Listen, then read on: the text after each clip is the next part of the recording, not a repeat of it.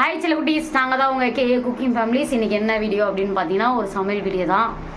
Okay, என்ன சமைக்க போகிறோன்றதை பார்ப்போம். வாங்க வீடியோக்குள்ளே போகலாம். இங்கே வா. என்ன சமைக்க போகிறோம் அப்படின்னா ரச சாதம். ஸோ உங்களுக்கு வந்து கொல்லன்னு செய்யலாம் அப்படின்னு சொல்லியிருக்காங்க. டயர்டாக இருக்குது, ஸோ சீக்கிரமாக செஞ்சிடலாம் அப்படின்றதுக்காக தான் குக்கரில் செய்ய போகிறாங்க. எப்படி செய்ய போகிறாங்கன்ட்டு பார்ப்பீங்க. இப்போ பார்த்தீங்கன்னா எண்ணெய் கடுகு போட்டாச்சு. ஸோ அடுத்து நெக்ஸ்ட் என்ன போடுறோம்னு பார்ப்போம் நம்ம. ஸோ இப்போ எண்ணெய் கடுகுலாம் போட்டாச்சு. நம்ம வந்து கடுகு பொரிஞ்சதும் காஞ்ச மிளகா ஒரு 2 காஞ்ச மிளகா போட்டுக்கோங்க. அடுத்து இதில் பார்த்தீங்கன்னா ஒரு தக்காளி, வேற என்ன இருக்கு, வேற என்ன சொல்லி இதில் தக்காளி வேற என்ன, பூண்டு, மிளகு, சீரகம் எல்லாமே இருக்கு. அரைச்சி வச்சுருக்கோம். இந்த அரைச்சதில் என்னென்ன இருக்குன்னா தக்காளி இருக்கு, அப்புறம் ஒரு காஞ்ச மிளகா இருக்கு, மிளகு கொஞ்சம், சீரகம் கொஞ்சம், அவ்வளோதாங்க. வேற ஒன்றும் இல்லை, இது மட்டும் தான் இருக்கு. ஓகேவா? தக்காளி ஒரு 2 தக்காளி பொடி போட்டுக்கோங்க. ரசப்பொடி ஒரு 2 டேபிள் ஸ்பூன் போட்டுக்கோங்க. நல்லா இருக்கும் டேஸ்ட்டுக்கு. அப்புறம் வந்து கொஞ்சமாக தான் போடணும், வெறும் மிளகாத்தூள். ஓகேவா? ஓகே, கொஞ்சமாக தான் போடணும். வெறும் வீட்டு மிளகாத்தூள் இருக்கும்ல, அது சும்மா கொஞ்சம் ஒரு 6 ஸ்பூன், அவ்வளோதாங்க. நல்லா இது பண்ணிட்ட உடனே அந்த அரிசியும் பருப்பும் காட்டு பாருங்க. அரிசியை நல்லா ஊற வச்சாச்சு. பருப்பு நம்ம என்னன்னா ஒரு கிளாஸ் அரிசிக்கு ஒரு 3 என்ன சொல்றது, ஒரு 3 டேபிள் ஸ்பூன் 4 டேபிள் ஸ்பூன் வந்து தோரம் பருப்பு போட்டுக்கோங்க. ஓகேவா? ஒரு கிளாஸ் அரிசிக்கு 5 கிளாஸ் தண்ணி ஊற்றிக்கோங்க. அப்பதான் வந்து இந்த சாதம் நல்லா இருக்கும், நல்லா குழஞ்சி சூப்பராக வரும்.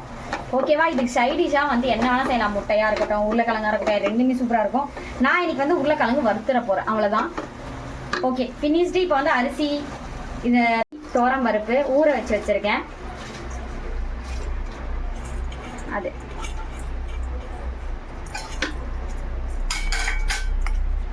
ஓகே, நல்லா கிண்டி விட்டுக்கலாம். கிண்டி விட்டுட்டு தண்ணி அலசி ஊற்றிக்கலாம், சேர்த்துக்கலாம். தண்ணி வந்து எப்படி அப்படின்னா, இந்த கிளாஸ்ல நான் ஒரு கிளாஸ் எடுத்திருந்தேன், இதுல 5 கிளாஸ் தண்ணி ஊற்றணும். 1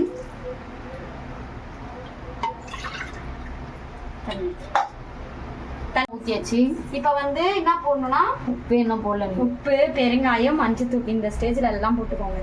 பெருங்காயம் போட்டிங்கன்னா நல்லா வாசமாக இருக்கும். கொஞ்சம் பெருங்காயம். இந்த ஸ்டேஜில் ஒரு கொஞ்சம் மஞ்சத்தூள். ஓகே, மஞ்சத்தூள், உப்பு இதெல்லாமே பார்த்து செக் பண்ணிக்கோங்க. ஓகேவா? உப்பு.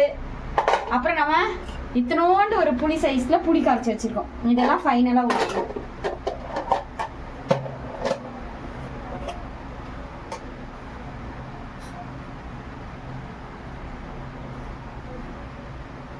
ஸ்டார்டிங்ல இருந்து நான் உப்பு போடல, ஸோ அதனால பார்த்து போட்டுக்கோங்க.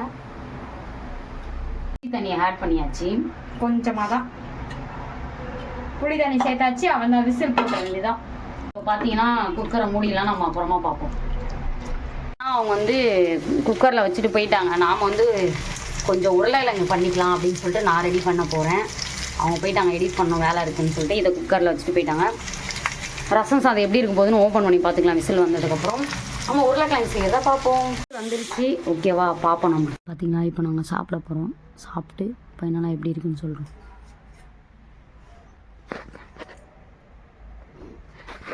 ஓகே, பாய். ஸ்வர்ணலட்சுமி சிஸ்டர்.